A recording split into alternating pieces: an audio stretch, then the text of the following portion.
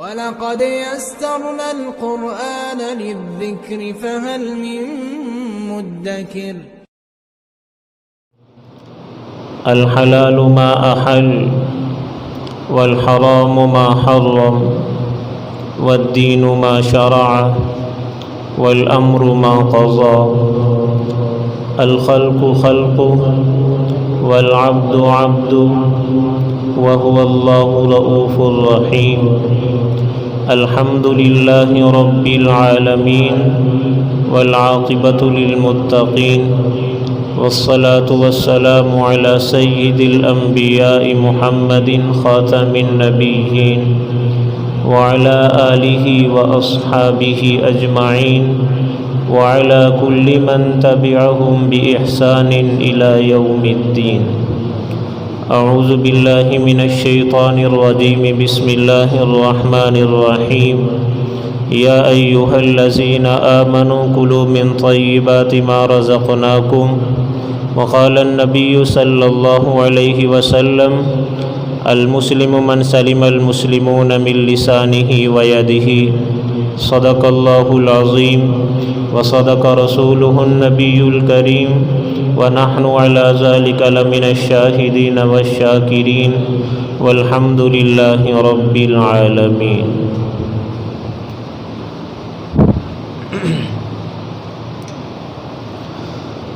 انتہائی واجب الاحترام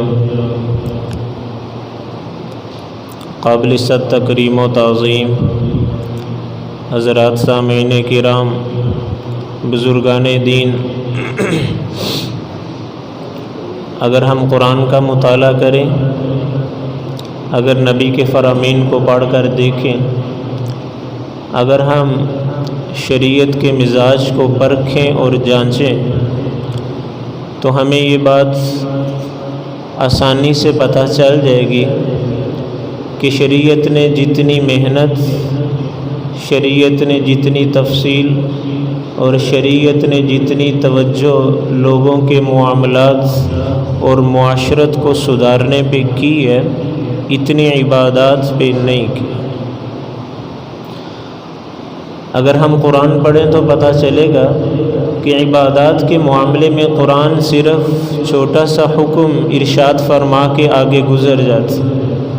مثلا نماز، قرآن نے کہا کہ نماز پڑھنی، کب پڑھنی ہے، کیسے پڑھنی ہے، کتنی پڑھنی ہے، کہاں پڑھنی ہے، قرآن نے نہیں بتایا۔ قرآن نے کہا کہ زکوٰۃ ادا کرو، کس کو دینی، کس نے دینی، کتنی دینی ہے، کہاں دینی ہے، قرآن خاموش۔ اور بھی جتنی عبادات ہیں قرآن ایسے ہی کرتا ہے، لیکن جب بات معاملات کی آتی ہے، جب بات معاشرت کی آتی ہے، پھر قرآن صرف یوں نہیں کہتا، پھر قرآن بڑی تفصیل سے بیان کرتا ہے، اور تفصیل اتنی کہ پوری پوری صورت اتار دی ہے۔ عورتوں کے حقوق بیان کیے تو سورۃ النساء پوری آ گئی، سورۃ الطلاق پوری آ گئی، سورۃ التحریم پوری آ گئی، صرف عورتوں کے حقوق بیان کرنے کے لیے۔ اگر دیگر لوگوں کے معاملات اور حقوق کی بات آئی تو قرآن نے پوری سورۃ الحجرات اتار دی، تو پتہ چلا قرآن، نبی کا فرمان، جتنی توجہ، جتنی محنت لوگوں کے معاملات اور لوگوں کی معاشرت سدھارنے پہ کرتے ہیں، عبادات پر اتنی محنت نہیں۔ اس کی وجہ کیا ہے؟ اس کی بے شمار وجوہات ہے، میں صرف دو مختصراً وجہیں ذکر کر کے آگے چلوں گا۔ پہلی وجہ تو یہ ہے کہ معاملات اور معاشرت، ان دونوں کا تعلق حقوق العباد سے، عبادت کا تعلق حقوق اللہ سے ہے۔ حقوق اللہ کے اندر کمی چل جائے گی، وہ بڑی ذات، وہ بڑے ظرف اور بڑے دل کی مالک ہے، وہ سب کو معاف کرے، اس کو کوئی نہیں پوچھنے والا، اس کو پرواہ بھی نہیں ہے، وہ بڑے سے بڑے کافر کو معاف کر دے، اس کو پرواہ نہیں ہے۔ لیکن معاملات اور معاشرت کا تعلق حقوق العباد سے ہے، اور بندوں کے دل بڑے چھوٹے ہوتے، بندے اتنی جلدی معاف نہیں کرتے۔ بندے اتنی جلدی بھولتے نہیں ہیں. ہم تو چھوٹی چھوٹی بات کے اوپر جنازے تک چھوڑ دیتے ہیں کہ اس نے زندگی کے اندر میرے ساتھ یہ کیا تھا، میں موت کے وقت اس کا چہرہ نہیں دیکھوں گا. لیکن میرا اللہ کیا کہتا ہے؟ میرا اللہ کہتا ہے میرے بندے مجھ سے طاقت لے، مجھ سے قوت لے، مجھ سے وقت لے، پھر گناہ کرنا شروع کر. گناہ کرتا جا کرتا جا کرتا جا، ان کو تہ لگا کر پہلی آسمان پر پہنچ، پھر دوسرے پر، پھر تیسرے پر، 7ویں آسمان کو اپنے گناہوں کی تہ لگا دے. پھر ایک دفعہ کہہ یا اللہ مجھے معاف کر تو میں سارے کر دوں، اور مجھے پرواہ نہیں، مجھے کوئی کمی نہیں، مجھے کوئی پوچھنے والا نہیں ہے. وہ اتنی بڑی ذات ہے. تو عبادت کا تعلق حقوق اللہ سے ہے، معاملات اور معاشرت کا تعلق حقوق العباد سے ہے. بندے معاف نہیں کرتے، خالق معاف کر دیتا ہے. اس لیے قرآن کے اندر اللہ تعالیٰ نے عبادات بہت تھوڑی اور بڑے اختصار سے بیان کی ہیں، لیکن معاملات اور معاشرت کو اللہ نے بڑی تفصیل سے بیان کی. اور اس کی ایک وجہ اور بھی ہے. حقوق معاملات اور معاشرت کو اللہ نے تفصیل سے بیان کیوں کیا؟ اس کی ایک وجہ یہ بھی ہے کہ ان دونوں چیزوں کا تعلق دنیا کے ساتھ، ان دونوں چیزوں کا تعلق دنیا کے ساتھ ہے، عبادت کا تعلق آخرت کے ساتھ ہے. تو میرا اللہ معاملات اور معاشرت کو تفصیل سے بیان کر کے لوگوں کو اس بات کی طرف آمادہ کرنا چاہتے ہیں کہ لوگوں دنیا کے اندر زندگی بڑے دھیان سے گزارنا، دنیا کے اندر زندگی بڑے دھیان سے گزارنا. آخرت تمہاری خود بخود سنور جائے گی. اگر دنیا تمہاری ٹھیک ہوئی تو پھر آخرت خود بخود ٹھیک ہو جائے گی. اور اگر تم دنیاوی معاملات میں کمزور پڑے، اگر معاشرت میں کمزور پڑے، اگر معاملات کے اندر کمزور پڑے تو دنیا تو چلی ہی جائے گی، اس کے ساتھ ساتھ آخرت سے بھی ہاتھ دھو بیٹھو. اس وجہ سے میرے اللہ نے معاملات اور معاشرت کو بڑی تفصیل سے بیان کیا اور عبادات کو بڑے اختصار سے بیان کیا. لیکن آج ہمارا معاملہ برعکس، آج ہمارا معاملہ اس کے الٹ. ہم نے جتنی محنت عبادات پہ کیا نا، ہم نے معاملات کو چھوڑ دی. ہم نے معاشرت کی طرف دیکھا ہی نہیں، ہم نے معاشرت کی طرف دیکھا ہی نہیں ہے. اگر ہم قرآن کو دیکھیں، اگر ہم پوری شریعت کو کھول کر دیکھیں تو شریعت کو 6 بڑی چیزوں کے اندر تقسیم کیا جا سکتا ہے. نمبر 1 عقائد، نمبر 2 معاملات، نمبر 3 معاشرت، نمبر 4 سیاست، نمبر 5 اخلاق، نمبر 6 لوگوں کے ساتھ تعلق داری. ان 6 بڑے بڑے چیزوں کے اندر ہم شریعت کو بانٹ سکتے ہیں، شریعت کو تقسیم کر سکتے ہیں. لیکن ہم نے شریعت صرف اور صرف عبادات اور عقائد کا نام سمجھ لیا. ہم نے معاملات کو چھوڑ دیا، ہم نے معاملات اور ہم نے معاشرت کو چھوڑ دیا. اس کی وجہ کیا ہے؟ اس کی وجہ کیا؟ ہم سے غلطی ہوئی کہاں سے ہے کہ ہم نے شریعت صرف اور صرف عقائد اور صرف عبادات کو سمجھا، ہم نے معاشرت کو بھی چھوڑا اور ہم نے معاملات کو بھی چھوڑا. اس کی وجہ کیا ہے؟ اس کی بے شمار وجوہات ہیں. میں صرف 3 وجہ آپ کے سامنے بیان کرتا ہوں. اس کی سب سے بڑی وجہ تو یہ ہے کہ دنیا کے اندر ہمیشہ سے غیر ملکی اقوام کا تسلط رہا ہے. دنیا کی زیادہ قیادت غیر ملکی اور غیر مسلم قوموں نے کی ہے. پھر ان کی مرضی، انہوں نے جس چیز کو بھی مذہب قرار دیا پھر ہمیں ماننا پڑا.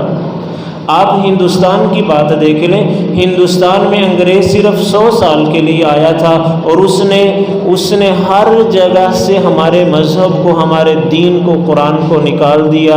اسکولوں سے نکالا، بازاروں سے نکالا، عدالتوں سے نکالا، سیاست سے نکالا. ہر چیز سے اس نے دین، مذہب اور شریعت کو الگ کر کے دین اور مذہب کو صرف اور صرف مسجد تک محدود کر دی. جبکہ دین تو بازار میں بھی ہے، دین تو عدالتوں میں بھی ہے، دین تو اسکول و کالج میں بھی ہے، اس نے یہ ہمارے ساتھ سیاست کھیلی ہے کہ ہمارے دین کو اس نے صرف اور صرف مسجد اور مدرسہ تک محدود کر کے لوگوں کے ذہنوں کے اندر یہ بات ڈال دی کہ دین کا سیاست کے ساتھ تعلق نہیں ہے، دین کا عدالت اور عہدہ قضات کے ساتھ کوئی تعلق نہیں ہے، دین کا تجارت کے ساتھ کوئی تعلق نہیں ہے، دین کا زراعت کے ساتھ کوئی تعلق نہیں ہے۔ اس کی سب سے بڑی وجہ یہ ہے کہ دنیا کے اوپر زیادہ تر حکومت غیر مسلم اقوام نے کی ہے، پھر ان کی مرضی ہے، انہوں نے جس چیز کو مذہب کہا پھر ہمیں ماننا پڑا۔ اور اس کی ایک وجہ اور بھی ہے، غیر مسلم طاقتوں کے تحت چلنے والے اسکول و کالج، تعلیمی ادارے، انہوں نے بچوں کی جو ذہنیت بنائی، انہوں نے بچوں کے ذہن کے اندر جس چیز کو بھرا وہ ان کی مرضی۔ آج بھی ہمارے ملک کے اندر بے شمار تعلیمی ادارے ایسے ہیں کہ جن کو غیر مسلم اقوام اور غیر ملکی NGOs چلا رہی ہیں، تو پھر آپ کس بنیاد پہ کہہ سکتے ہیں کہ وہ ہمارے دین کو سپورٹ کریں گے؟ آپ کس طرح سمجھ سکتے ہیں کہ وہ ہماری نسل کو قرآن اور حدیث کی طرف آنے دیں گے؟ ہمارا دین، ہمارا مذہب صرف مساجد، صرف مدارس تک محدود اور بند ہو کر رہ گیا۔ اس کے پیچھے دوسری بڑی وجہ آج جو مجھے اپنے معاشرے میں نظر آ رہی ہے کہ ہمارے اکثر تعلیمی ادارے وہ غیر ملکی NGOs چلا رہے ہیں۔ اس کے اندر ایک تیسری بڑی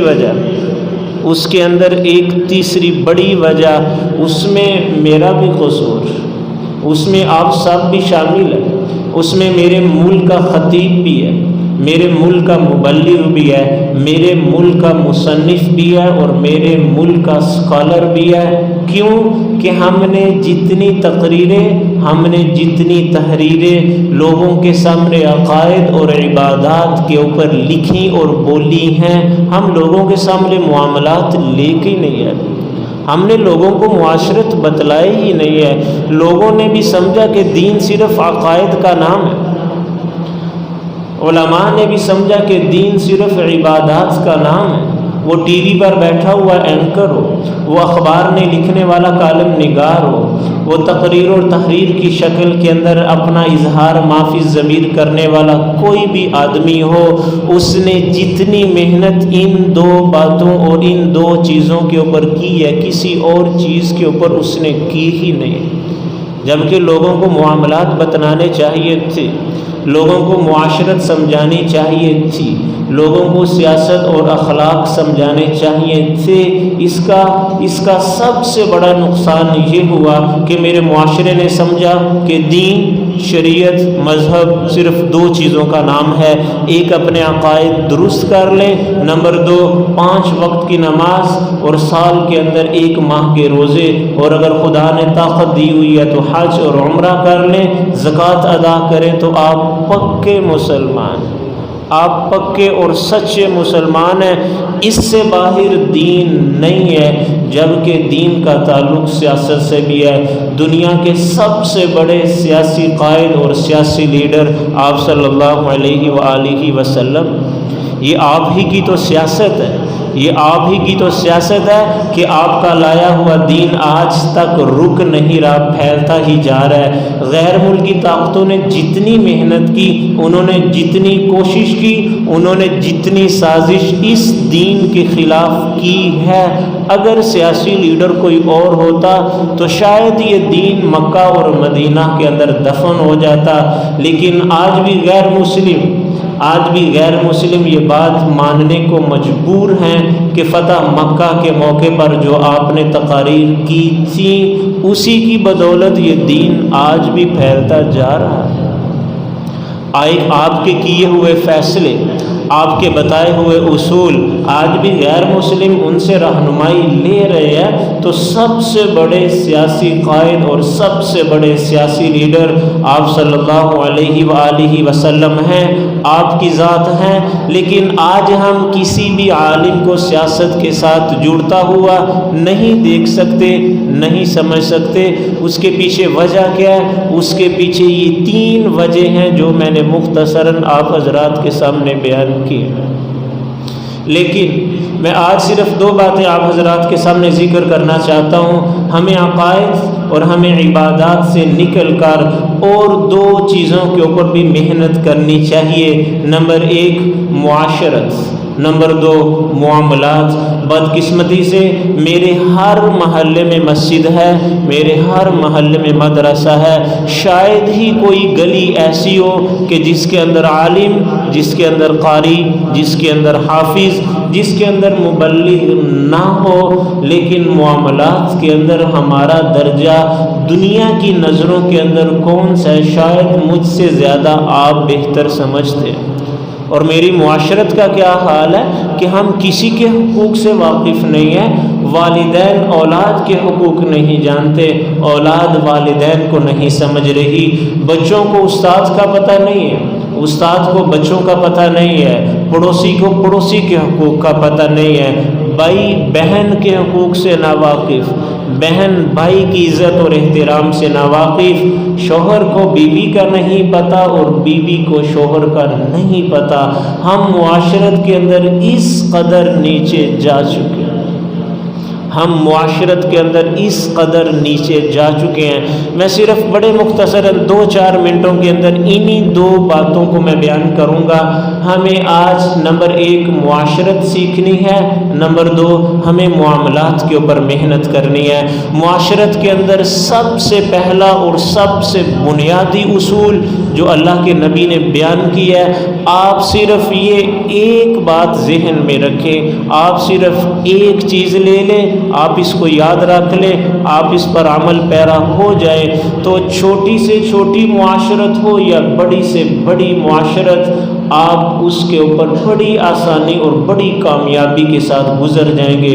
اسی طریقے سے گزریں گے جس طریقے سے اللہ کے نبی گزرے، جس طریقے سے انہوں نے اپنے اصحاب کو گزارا اور جس طریقے سے انہوں نے اپنے کنبے اور قبیلے کو اس کی طرف لے کر گئے ہیں۔ سب سے پہلا اور بنیادی اصول آپ نے فرمایا المسلم من سلم المسلمون من لسانہ و یدہ، مسلمان کون ہے؟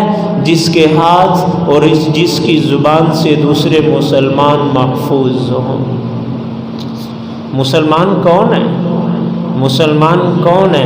ایک صحابی نے آ کر عرض کی یا رسول اللہ مل اسلام، اسلام کیا ہے؟ آپ نے فرمایا المسلم من سلم المسلمون من لسانہ و یدہ، مسلمان وہ ہے جس کے ہاتھ اور جس کی زبان سے کبھی کسی کو تکلیف نہ پہنچے، کبھی کسی کو دکھ نہ پہنچا ہو، اس کی وجہ سے کبھی کوئی تکلیف میں نہ گیا ہو۔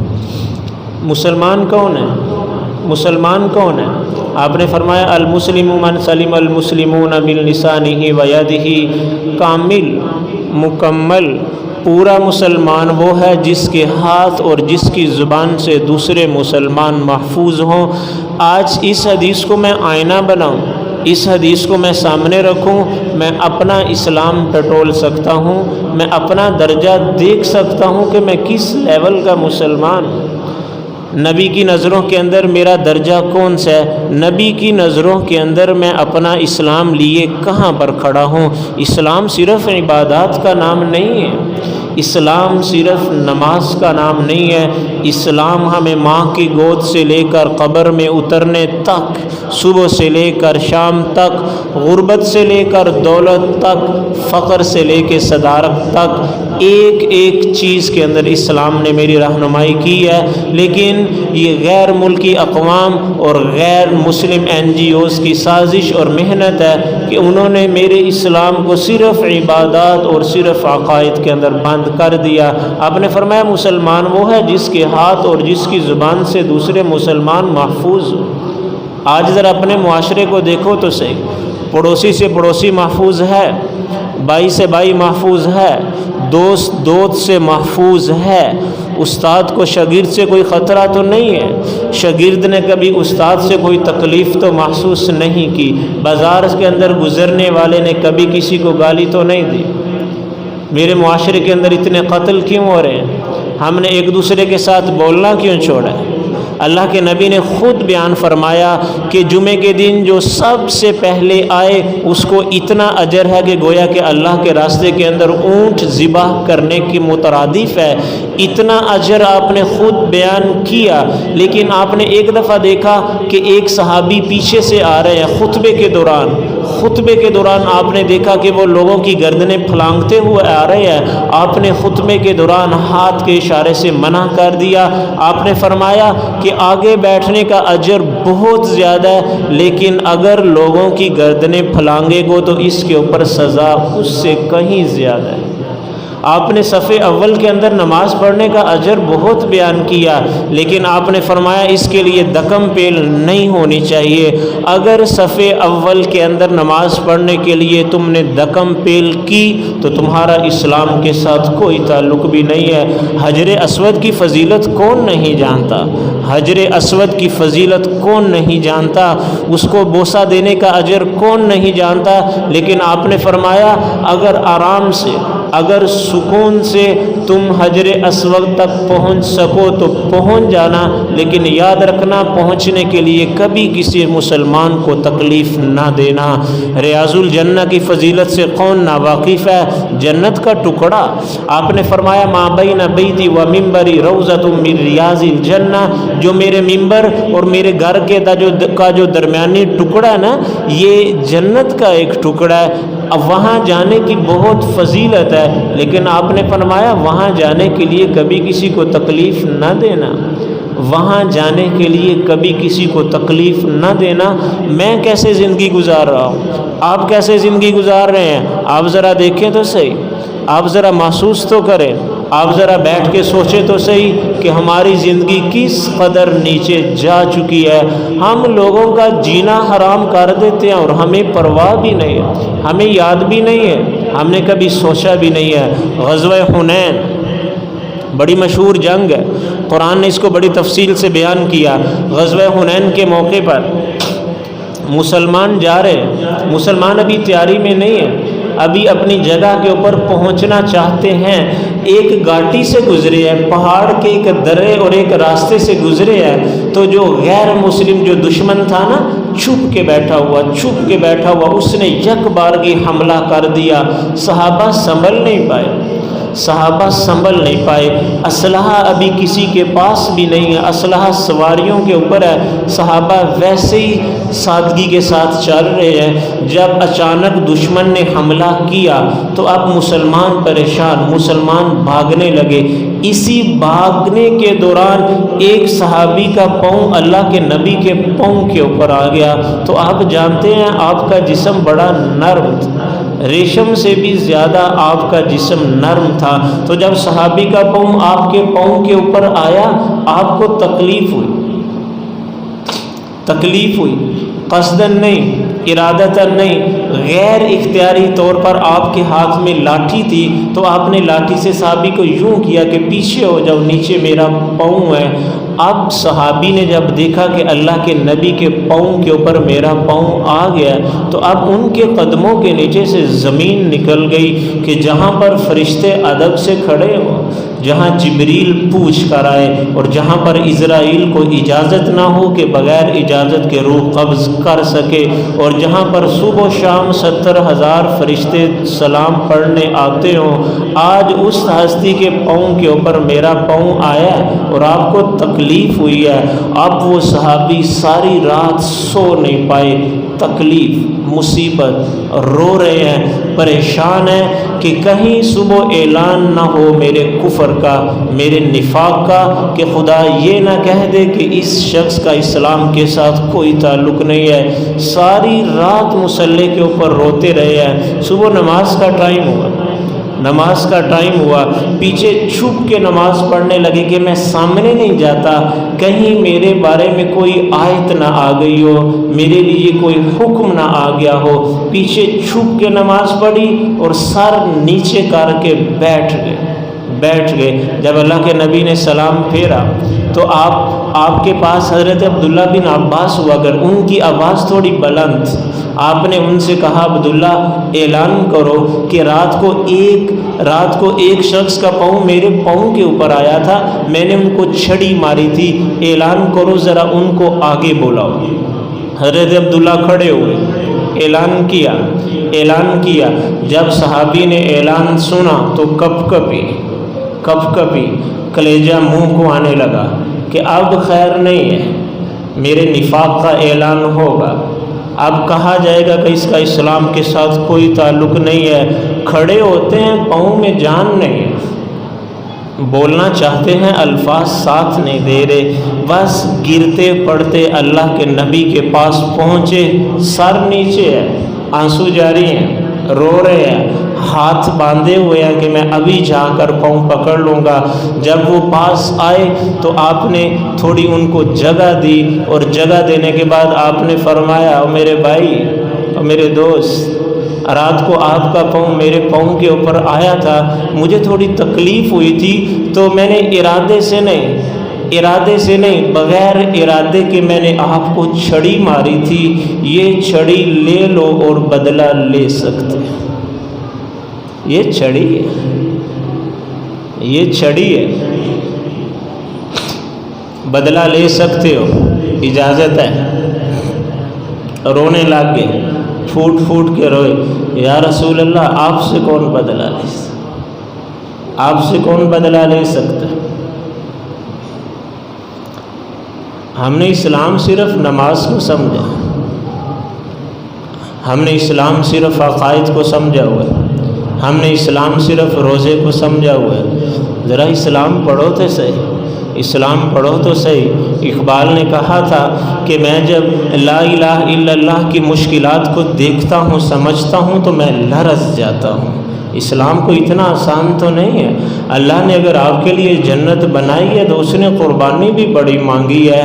یہ کون سا انصاف ہے کہ یہاں بھی ہم اپنی منچاہی زندگی گزار کے جائیں اور آگے بھی جا کر فرشتے ہمارے استقبال میں کھڑے ہوں؟ اسلام ایسا تو نہیں ہے۔ یہاں تو حسین نے اپنا سر دیا ہے، جس کے خون کے ایک قطرے کے اوپر عرش بھی قربان ہو سکتا ہے۔ یہاں پر وہ 72 افراد کٹے پڑے ہیں جو ابھی ماں کی گود میں ہیں، جنت کی بشارت مل چکی ہے، انہوں نے اتنی بڑی قربانی کیوں دی؟ یہاں پر تو عمر کا خون مسلح کے اوپر پڑا ہوا ہے۔ اے عمر، میرے بعد کوئی نبی ہوتا تو تو ہوتا۔ اے عمر، جس راستے سے تو گزرتا ہے شیطان وہ راستہ چھوڑ جاتا ہے۔ اے عمر، آج میں نے اللہ کے عذاب کو درخت کی اوپر والی شاخوں تک آتے ہوئے دیکھ لیا ہے، اگر وہ زمین پر آ جاتا تو آج عمر کے سوا کوئی نہ بچتا۔ اتنی بڑی ذات ہے، اتنی بڑی شخصیت ہے، لیکن شہادت کا درجہ بھی پا لیا۔ موت کے وقت جب موت کی آہٹ کو محسوس کیا تو حضرت عبداللہ کی ران کے اوپر آپ کا سر تھا، حضرت عبداللہ بیٹے ان کی ران کے اوپر آپ کا سر تھا۔ موت کی آہٹ کو محسوس کیا تو حضرت عبداللہ سے کہنے لگے بیٹے میرا سر زمین پہ رکھ دو۔ تو بیٹے تھے، پیار محبت تھی، باپ کا سر نیچے مٹی میں نہیں رکھا، آرام سے اٹھا کر پنڈلی میں لے آئے تو غصے سے کہنے لگے بیٹا عبداللہ میں نے کہا ہے میرا سر نیچے رکھ دو۔ انہوں نے مٹی میں سر رکھ دیا تو یوں اپنا سر مٹی میں ملا اور کہنے لگے ویل لک یا عمر ان لم یغفر لک ربک، اے عمر اگر آج تجھے تیرے رب نے معاف نہ کیا تو ہلاکت تیرا مقدر ہے۔ اے عمر اگر آج تجھے تیرے رب نے معاف نہ کیا تو تجھے بچانے والا کوئی نہیں ہے۔ اتنی بڑی شخصیت، اتنی بڑی ذات، اتنے زیادہ عمل، آج میری بات میرا شاگرد نہیں مانتا، باپ کی بات اولاد نہیں مان رہی۔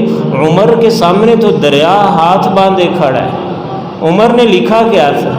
عمر نے کوئی قرآن تو نہیں لکھا، کوئی شریعت تو لکھ کر نہیں بھیجی، صرف 2 سطریں لکھی ہیں، بسم اللہ الرحمن الرحیم من عبد اللہ امیر المؤمنین عمر بن الخطاب الى نیل مصر ان كنت تجری من قبلك فلا تجری وان كان اللہ الواحد القہار یجریک اسأل اللہ ان یجریک۔ اے دریائے نیل بڑے دھیان سے سننا، اللہ کا بندہ عمر بن خطاب تیرے سے بات کر رہا ہے، اگر اپنی مرضی سے چل رہا ہے تو بند ہو جا، ہمیں ضرورت نہیں۔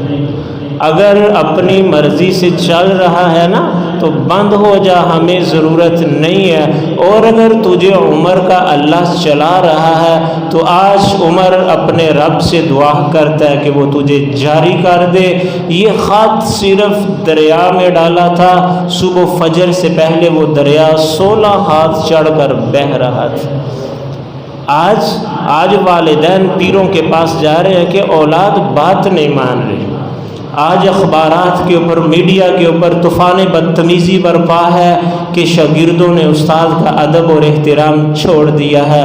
آج بھائی کی بات ماننے کو تیار نہیں ہے، چھوٹے نے بڑے کا گریبان پکڑا ہوا ہے۔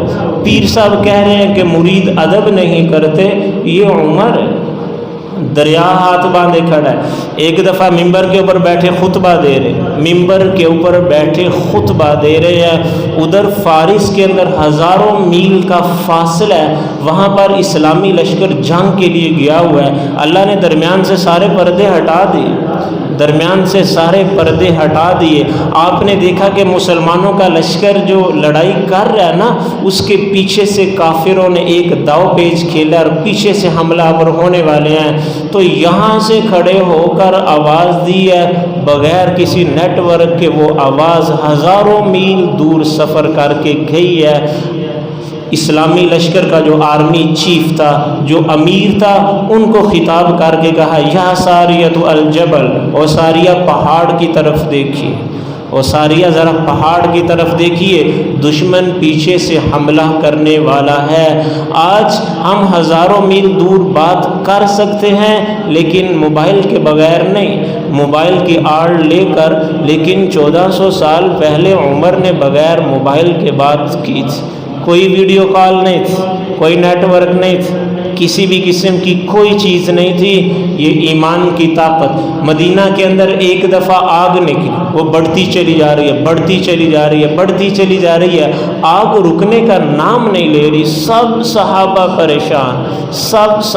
پریشان کہ اب اس آگ کا کیا کیا جائے۔ لوگ بھاگے ہوئے حضرت عمر کے پاس آئے، حضرت عمر نے کرتا اتارا اور کہا، جا کر آگ کے سامنے میرا کرتا رکھ دیجئے۔ آدمی گیا، جا کر آگ کے سامنے حضرت عمر کا کرتا رکھا، اس آگ نے وہاں سے واپسی کا سفر شروع کیا، جہاں سے وہ آگ نکلی تھی وہاں پر جا کر وہ آگ غائب ہو گئی ہے۔ یہ اسلام تھا، یہ ایمان تھا، یہ قوت تھی، یہ طاقت تھی۔ آج ہم نے اسلام اس چیز کو نہیں سمجھا، آج ہم نے اسلام صرف عبادات کو سمجھا، آج ہم نے اسلام صرف عقائد کو سمجھا۔ ہمیں معاملات اور ہمیں معاشرت سیکھنے کی ضرورت ہے۔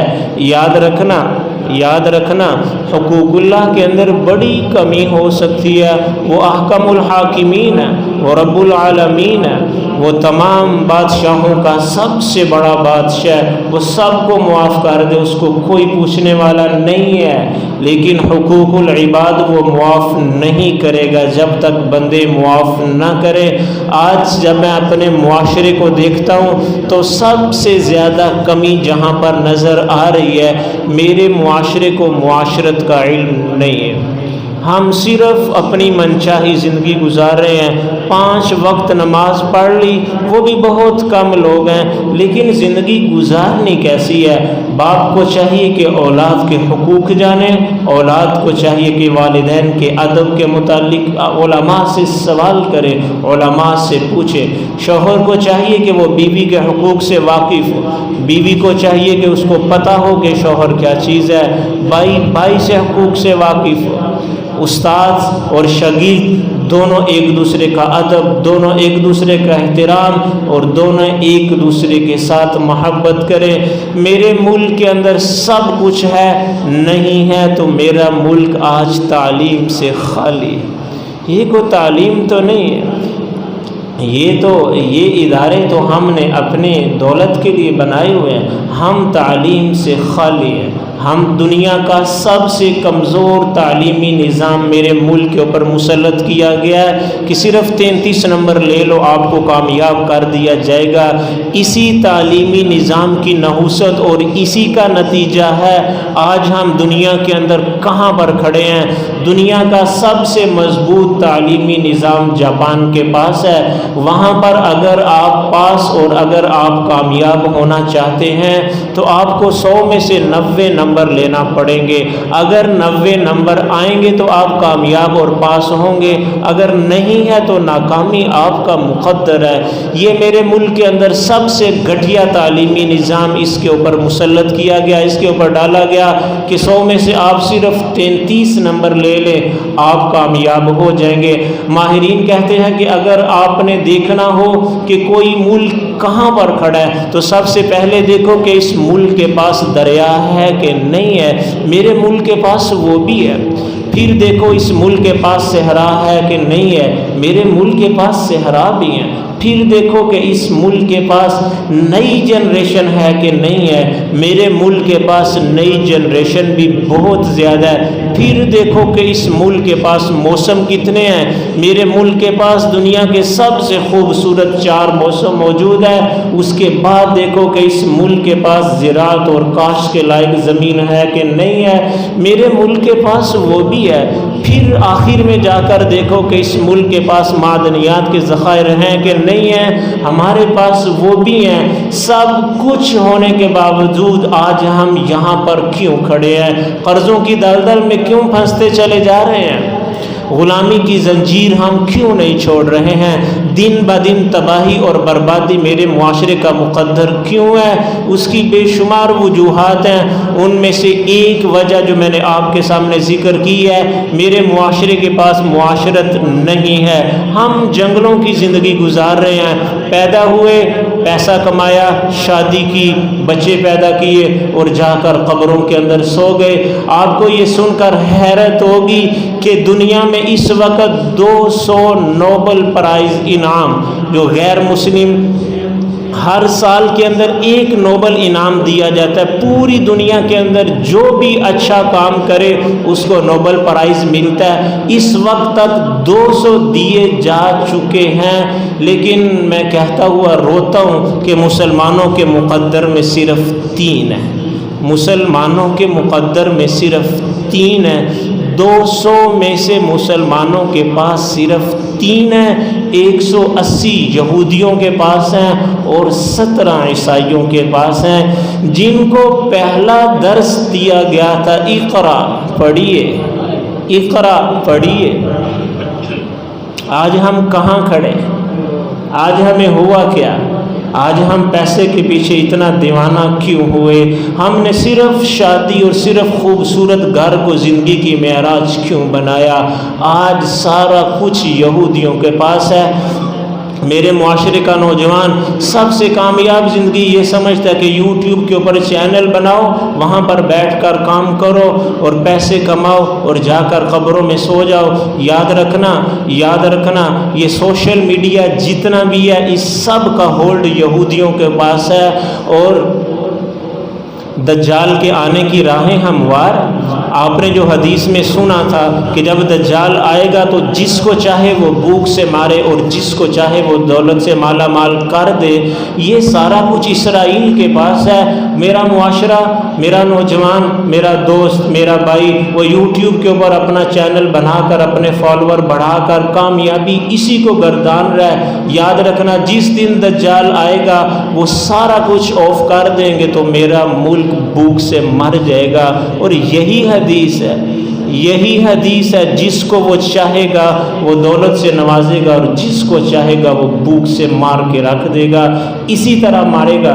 ہمارے گھروں سے وہ گندم تو نہیں چرا سکتا، ہماری زمین سے وہ گندم تو نہیں نکال سکتا، اس نے جو بھوک سے مارنا ہے اس کی جدید شکل یہی ہے۔